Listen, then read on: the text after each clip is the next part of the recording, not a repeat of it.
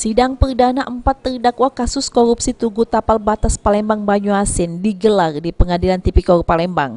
Juru sidang ini keempat terdakwa masing-masing berinisial KH, oknum PNS Kota Palembang, lalu AH selaku kontraktor, sama AS dengan IC, konsultan yang ngawas proyek, duduk di kursi pesakitan Pengadilan Tipikor Palembang dengan dengar kedakwaan dari jaksa penuntut umum.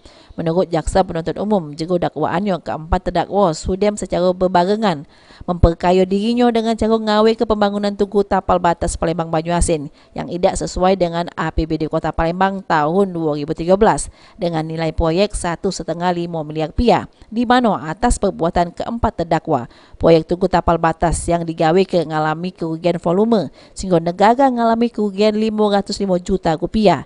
Jero perbuatannya ini keempat terdakwa dikenakan pasal 2/3 Undang-Undang Tindak Pidana Korupsi dengan ancaman minimal 4 tahun maksimal 20 tahun penjara.